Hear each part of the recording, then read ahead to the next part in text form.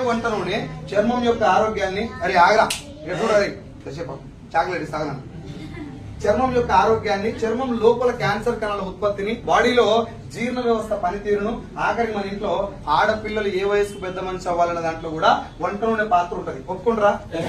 ఇన్ని రకాల రోగాలను డిసైడ్ చేసే ఒక వంట నూనె అంటే హార్ట్ అటాక్, మన గుండె యొక్క ఆరోగ్యం నూనె మీద ఆధారపడి ఉంది అన్నప్పుడు, ఇన్ని రకాల రోగాలు దేనితో ఆధారపడి ఉంది అన్నప్పుడు షాప్ కి వెళ్ళి ఒక మంచి నూనె, క్వాలిటీ నూనె, మన శరీరానికి మంచి చేసే నూనె కనుక్కొని తెచ్చుకొని వాడాలన్నా, ఏది ఆఫర్ లో ఆఫ్ రేట్ వస్తే అది వాడాలి.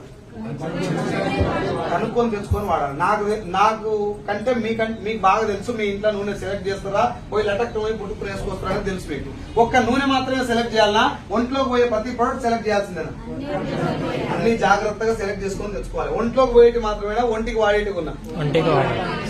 ఒంట్లోకి పోయేటి, ఒంటికి వాడేటి మాత్రమే కాదు, ఇంట్లో బండలు తుడిచేది, బాత్రూమ్ కడిగేది, బట్టలు ఉతికేది, అంట్లు తోమేది కూడా సెలెక్ట్ చేసుకొని తెచ్చుకొని వాడాలి. ఎస్ఆర్నో? ఏ రోజన్నా మీరు షాప్ పోయి సోప్ సెలెక్ట్ చేసిరా, నూనె సెలెక్ట్ చేసిరా, పేస్ట్ సెలెక్ట్ చేస్తారా? ఒక 95% జనాల గురించి మాట్లాడుతున్నాను. 5% మేబీ సెలెక్ట్ చేస్తుండొచ్చు, దాన్ని వదిలేద్దాం. ఒక 5 100లో 5 సెలెక్ట్ చేస్తారు. మిగతా 95 మంది ఫ్రీడమ్ ఇయ్యవా? 5 లీటర్ల డబ్బా, చిక్ షాంపూ 4 దండలు, దండలేనా? తెలంగాణలో ఇక్కడ లడీలు అంటారు. ఏంటివి? లడీలు.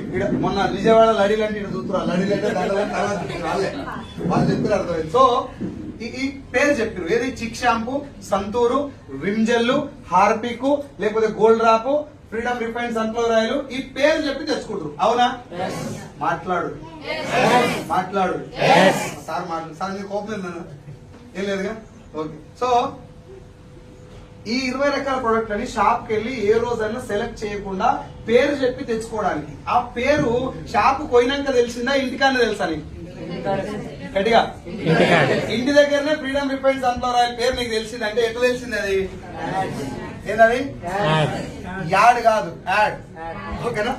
యాడ్, అడ్వర్టైజ్మెంట్ ద్వారా తెలిసింది. ఇంకొక మాట చెప్పండి, అడ్వర్టైజ్మెంట్ ఎవరిస్తారు?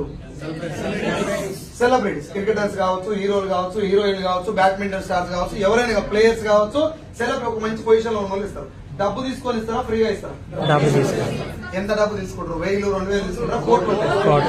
కోట్లలో డబ్బు తీసుకున్న వాళ్ళ డబ్బు ఎవరిది? మన డబ్బు తీసుకున్నారు కాబట్టి మన వల్ల మంచి జరిగిందా చెడ? వాళ్ళకి మంచి జరిగింది. వాళ్ళు మనకేం చేయాలి?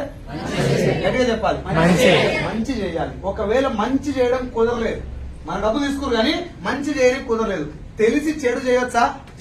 చేయకూడదు. ఇది చెడు అని తెలిసి నీ డబ్బు నేను తీసుకున్నా కాబట్టి ఒక చెడు పని నీకు చేయకూడదు, అది పాపం. ఎస్ఆర్నో?